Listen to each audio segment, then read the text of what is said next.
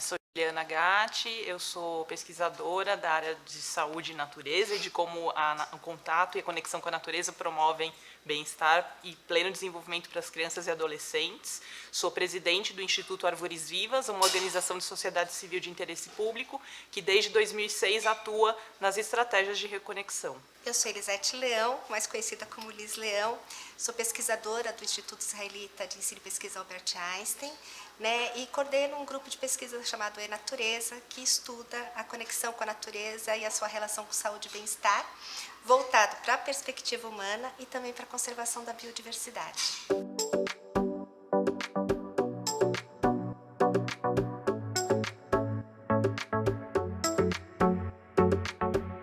A conexão com a natureza é importantíssima para estabelecermos o pleno desenvolvimento de todas as habilidades, capacidades humanas. Somos natureza, né? Somos seres, parte desse sistema, conectados com os outros animais, os ambientes, as paisagens, os biomas. É o nosso lugar de vida.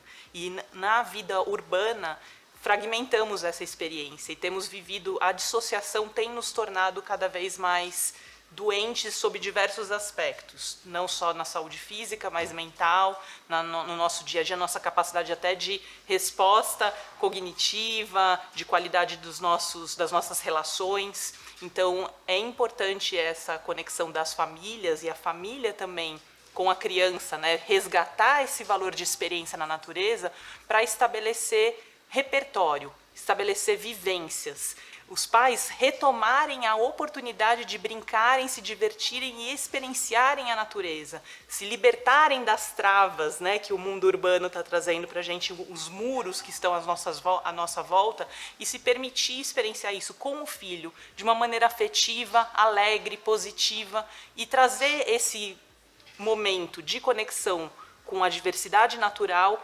junto com o afeto, como algo que vai proporcionar resiliência para o resto da vida da nossa sociedade. Eu fico pensando que falar sobre essa reconexão é pensar no futuro. Mas se a gente pensar no macro, né, para onde que a gente quer que a nossa sociedade caminhe, né, para frente às grandes crises de alterações climáticas que estamos tendo. Então, assim, eu volto muito por essa questão da saúde única, da saúde planetária, porque assim, a gente olhando uma perspectiva de futuro, se a gente não resgatar essa conexão, se a gente não formar os futuros adultos saudáveis, né, e com essa compreensão do quanto que esta relação com o mundo natural, né, essa relação de pertencimento, né, porque assim, o estado de conexão é uma relação de pertencimento a este mundo, se a gente não resgatar isso, o planeta vai continuar aí, como continuou em outras situações, mas talvez a nossa espécie não. Quando a gente pensa nessas pesquisas, tem dois aspectos, né? Um é compreender por que ela faz bem, né? Então, assim, existem algumas teorias por trás disso, de como que a gente recupera do estresse, né, por alguns instantes que você esteja numa área natural, né? Isso vem sendo mensurado aí por pesquisadores. Então, você tem esse aspecto teórico, né? Mas você também tem um aspecto que é mais pragmático, né? No sentido assim, de pesquisas que estão levando as pessoas para a natureza. Saiu uma série de pesquisas durante o Covid, né? De que as pessoas, quando iam para a natureza, e como elas se protegeram, inclusive, a sua saúde mental, para quem pôde estar, né, junto à natureza. Então, esses dados vêm chegando. Quando a gente pensa em termos de Brasil, né, a nossa pesquisa ainda é muito incipiente. E aí a gente fica imaginando o oceano que a gente tem pela frente de pesquisas nessa área, né? Nós temos muito biomas, completamente diferentes. Então, quando eu estou falando de espaços verdes, que é o que a gente tem mais estudado, né? Mas a gente está falando de espaços azuis. Então, uma costa como tem o nosso país, né? Assim, não tem ninguém no planeta que pode fazer tanta pesquisa nessa área como a gente, né? A gente tem visto alguns estudos sobre outros tipos de paisagens, né, que são paisagens mais áridas, né? E aí quando a gente olha para o Brasil, né, e fala, nossa, nós temos Cerrado, nós temos o Pantanal, nós temos Mata Atlântica, nós temos a Amazônia, imagina, né? Eu fico sempre pensando que o nosso estudo que nós fizemos sobre imagens de natureza, né, e que a gente tentou verificar, olhar para um pássaro é igualzinho olhar para uma flor, que é igualzinho olhar para o mar, né? Na realidade não são. né? Todos eles produzem bem-estar? Produzem, mas eles despertam sentimentos que são diferentes, né? Uma imagem pode ter a possibilidade de despertar alegria, a outra pode ter uma possibilidade de trazer tranquilidade, né? A gente tem, inclusive, investigado isso com pacientes recebendo quimioterapia no hospital, né? E nós, inclusive, achávamos que, por uma questão da ansiedade, eles poderiam, com um vídeo de imagens de tranquilidade, poderiam se sentir melhor. E não foi. Foi o vídeo de beleza, que fez com que eles, inclusive, tivessem redução de sintomas clínicos durante a quimioterapia. Então, eu acho que assim, a gente tem que caminhar para essa linha de pesquisa também, de compreender, bom, então, quando eu estou na natureza, que natureza é essa? Né, e que elementos tem ali que proporcionam qual tipo de experiência? Né, porque isso vai poder embasar tanto intervenções baseadas na natureza, por uma série de situações, né, clínicas ou mesmo não clínicas, né, em escolas, outras coisas, como também subsidiar políticas públicas, para a gente poder ancorar de fato isso para um maior acesso, né, de toda a nossa sociedade. De maneira complementar à experiência que a Liz, né, vem realizando profundamente no Einstein, né, com as oportunidades de pesquisa, durante o meu mestrado eu tive a oportunidade de executar uma amostragem piloto com crianças que estavam internadas, né, em UTI e na enfermagem do Itaci, que é o Instituto do Tratamento de Câncer Infantil, um hospital público, né, do HC. E lá as crianças na UTI nem janela tinham. Então, aquele senso cíclico, né, o ciclo circadiano, que regula o nosso acordar e dormir, né, pelo menos a base, né, essencial da nossa vida em termos de ciclo diário, ali também já era impactada, que tentava ser minimizada por luzes, né, artificiais, e a relação da natureza que pude aplicar, né, nas sessões com esses pacientes. Um passo anterior a expor essas imagens ou sons de natureza foi também fazer um mapeamento de qual era essa identidade de paisagem que fazia mais sentido, que era mais aderente àquele paciente. Então, pensando aí culturalmente, né, da onde esse paciente, que no hospital ali são pessoas do Brasil inteiro, até da América Latina toda, qual paisagem de origem daquela família, né? O que eles têm já de memória resguardada na sua conexão, seja um sítio, seja um banho de mar, né? Então, o que toca emocionalmente de maneira positiva aquela criança, aquela mãe, o cuidador que está ali naquela situação hospitalar? E a partir desse primeiro mapeamento, desse diagnóstico, eram apresentadas as estratégias, né, de imagens e sons que faziam sentido em termos de identidade, em termos de cultura. Então, isso acaba fazendo, né, muito sentido, que é único, né? Quando a gente falou muito ali, a natureza ela é um espelho nosso em termos de diversidade, realmente somos um, né? E encontrar essa essência, essa sementinha dentro de nós que nos conecta com um encantamento, com um despertar emocional, né, positivo, afetivo com a natureza, é uma estratégia muito importante, né, no restabelecer esse valor de pertencimento que a Alice citou. Qual é a cidade que a gente quer ter? Né? Em Singapura, por exemplo, a cada 400 metros você tem que garantir que o cidadão terá uma área verde.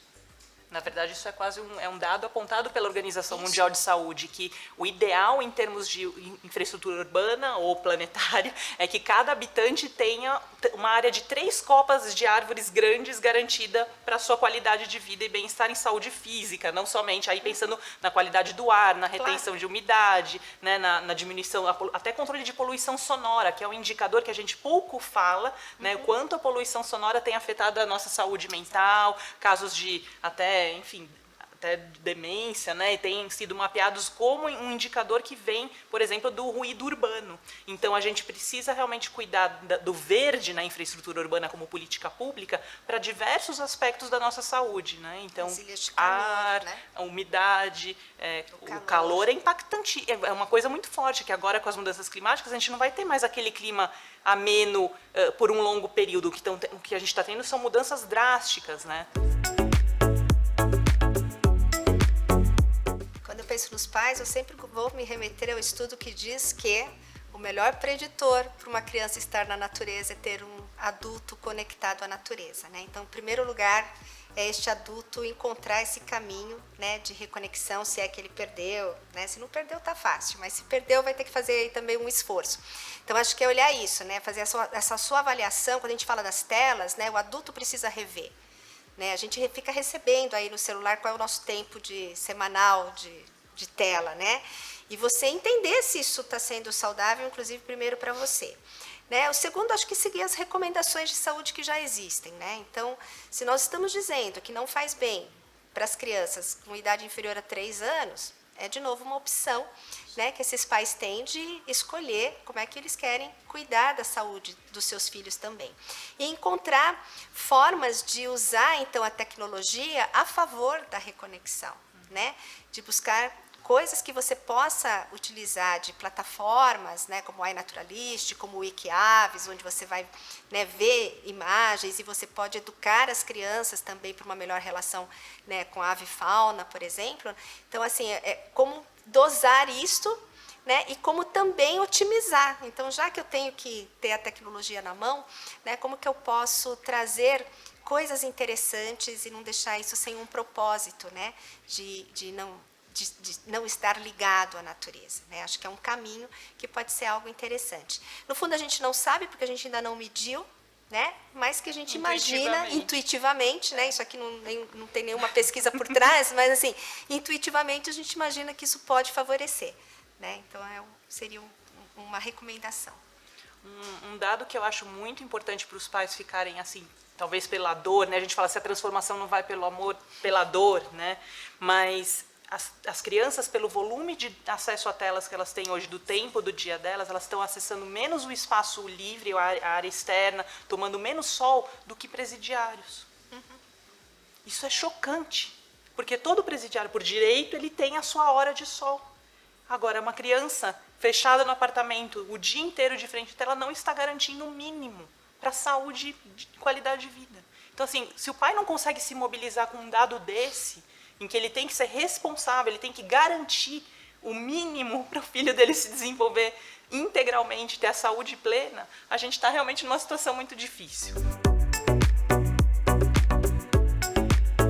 Agora, ok, com essa informação eu vou mudar, vamos lá. E aí, como é que a gente faz isso? Né? Eu acho que esse caminho da arte, o contemplar, esse apreciar, né, da natureza, esse se encantar, ele é uma oportunidade de maravilhamento, né, trazendo a palavra aqui meio do wonder, né, do inglês. Esse wonder está em todo lugar à nossa volta, se a gente abre as portas e dá o tempo e a oportunidade de vivenciar isso junto, né, de maneira alegre, afetiva com a nossa família. Então a gente precisa escolher, eu não vou pegar o celular agora, vou deixar ele guardado, né, e vou lá experienciar, saber, tomar um banho de chuva, por que não?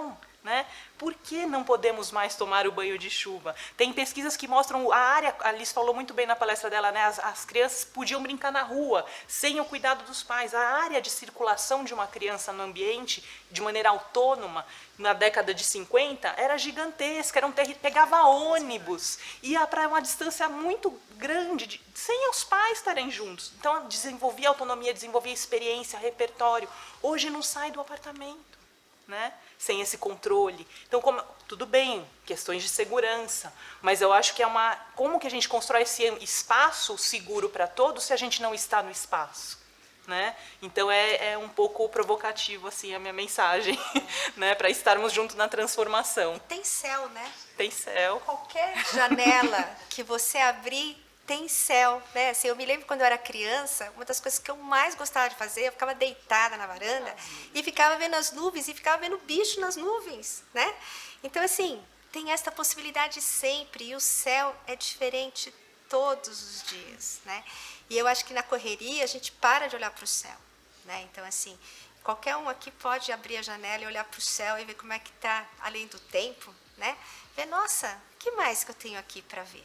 Então, assim, eu acho que essas pequenas experiências vão fazendo com que a gente vá querendo outras experiências, né? Então, acho que esse é o recado.